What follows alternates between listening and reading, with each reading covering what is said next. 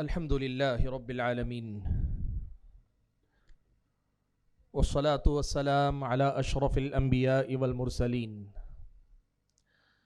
وعلى آله وأصحابه أجمعين ومن تبعهم بإحسان إلى يوم الدين. يا أيها الذين آمنوا اتقوا الله حق تقاته ولا تموتن إلا وأنتم مسلمون.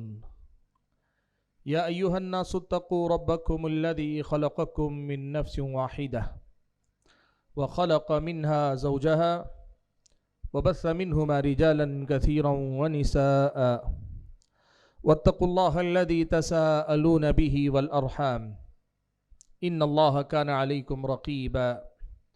يا أيها الذين آمنوا اتقوا الله وقولوا قولا سديدا يصلح لكم أعمالكم ويغفر لكم ذنوبكم ومن يطع الله ورسوله فقد فاز فوزا عظيما. أما بعد فأعوذ بالله من الشيطان الرجيم. بسم الله الرحمن الرحيم. من المؤمنين رجال صدقوا ما عاهدوا الله عليه فمنهم من قضى نحبه ومنهم من ينتظر وما بدلوا تبديلا. محترم المقام صدر اجلاس، معزز علماء کرام، ذمہ داران جماعت و جمعیت، دور و نزدیک سے تشریف لائے ہوئے بزرگان، نوجوانان اور پردہ نشین خواتین اسلام، تحفظ سنت کے نام سے منعقد ہونے والی یہ جو مجلس ہے، اس مجلس میں مجھے آپ حضرات و خواتین کے سامنے جس عنوان پر گفتگو کرنے کو کہا گیا ہے وہ عنوان ہے اشاعت حدیث میں صحابیات کا کردار. خاتون اسلام کی خدمات، اسلام کی مختلف نوعیت سے کی جانے والی خدمات، مختلف اعتبارات سے کی جانے والی خدمات تاریخ اسلام کا بڑا ہی روشن باب ہیں. بات اگر خاتون اسلام کی دین کے سلسلے میں دی گئی قربانیوں کی ہو، بڑی لمبی تاریخ ہمارے پاس، اور اگر دین پر عمل کرنے کے معاملے میں اور دین پر عمل کرنے کی راہ میں قربانی دینے کی بات ہو تو بڑی غیر معمولی مثالیں ہمارے اور آپ کے سامنے پائی جاتی ہیں. یقین مانیے کہ اجلاس میں یا جو ہماری مجلسیں ہوتی ہیں ان میں خواتین اسلام کا جو کردار اشاعت اسلام میں ہے یا پھر یہ کہ دین کے مختلف ناحیوں سے خدمت کرنے کی بات ہے، یہ بات اکثر زیر بحث آتی ہے. لیکن آج مجھے آپ خواتین کے سامنے خصوصی طور پر اور پھر تمام سامعین کے سامنے عمومی طور پر ایک بڑے ہی محدود میدان پہ گفتگو کرنی ہے. ایک طرف تو یہ کہ صرف اشاعت حدیث کی بات ہے کہ حدیث کی نشر و اشاعت میں پیارے نبی صلی اللہ علیہ وسلم کی احادیث کو جمع کر کے اسے بیان کرنے، عام کرنے کے میدان میں خاص خدمات کیا ہیں اس پہ گفتگو کرنی ہے.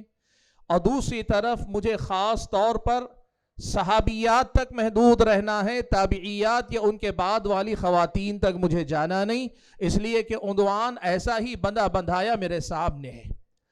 اس قدر محدود ہونے کے باوجود سچ یہ ہے کہ یہ تاریخ بھی بڑی روشن تاریخ ہے.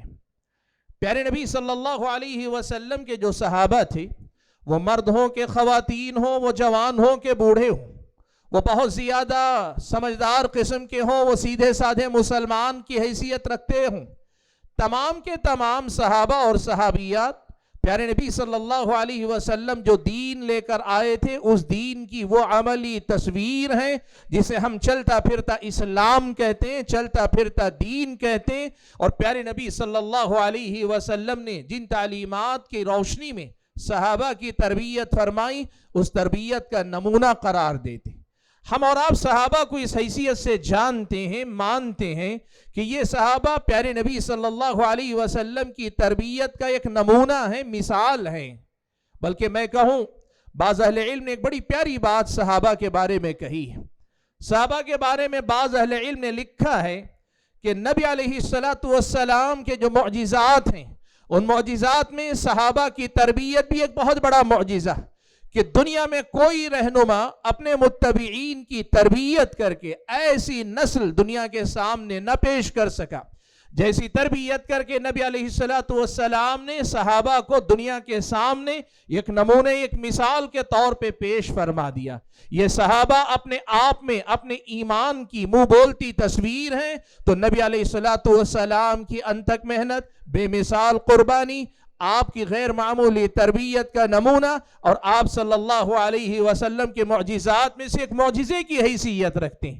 اور جب ہم اس حوالے سے بات کرتے ہیں تو آپ یقین کیجئے، جہاں مرد حضرات کا یعنی صحابہ کرام رضوان اللہ تعالی اجمعین کا اس باب میں غیر معمولی کردار ہے، وہیں صحابیات کا بھی بڑا غیر معمولی کردار ہے۔ صحابیات پیارے نبی صلی اللہ علیہ وسلم پر ایمان لانے والی وہ پاکیزہ خواتین، چاہے وہ اللہ کے نبی صلی اللہ علیہ وسلم کے زمانے میں انتقال کر جانے والی خواتین ہوں، یا وہ خواتین ہوں جنہیں اللہ نے اللہ کے نبی کی زندگی کے بعد بھی اس دنیا میں رہنا نصیب فرمایا، شرف صحبت سے سرفراز ہونے والی خواتین اسلام نے، صحابیات نے پیارے نبی صلی اللہ علیہ وسلم کی صحبت سے نہ صرف یہ کہ ایمان کا، عمل کا، یا پھر اپنے آپ کی زندگی کو سدھارنے کا سبق پڑھا، بلکہ پیارے نبی صلی اللہ علیہ وسلم سے وہ علم جو صحابہ لیتے تھے صحابیات نے بھی لیا، وہ احادیث جو صحابہ سنتے تھے صحابیات نے بھی سنا، وہ پیارے نبی صلی اللہ علیہ وسلم کی باتیں جو صحابہ سنا کرتے تھے صحابیات بھی سنتی تھیں، اور اللہ کے نبی صلی اللہ علیہ وسلم کی غیر موجودگی میں جس طرح صحابہ نے اپنے بعد والوں کو اللہ کے نبی کی احادیث سنائی، بتائی، پڑھائی، بالکل یہی رویہ صحابیات میں سے بھی بہت ساری صحابیات نے اختیار فرمایا۔ اسی لیے یہ بات یاد رکھیے گا، اگر صحابہ کرام پیارے نبی صلی اللہ علیہ وسلم کی سنت کے محافظین میں صف اول کے شہسوار ہیں، تو صحابیات بھی اس میدان میں صحابہ سے زیادہ پیچھے نہیں، ان کی شانہ بشانہ اپنی استطاعت بھر انہوں نے بھرپور کام کیا ہے۔ پیارے نبی صلی اللہ علیہ وسلم نے اپنے صحابہ کے سامنے جو علم، جو دین رکھا، صحابہ میں سے مردوں نے جس طرح اسے سیکھ کر عمل کر کے دوسروں تک پہنچایا، صحابیات نے بھی یہی کردار ادا کیا۔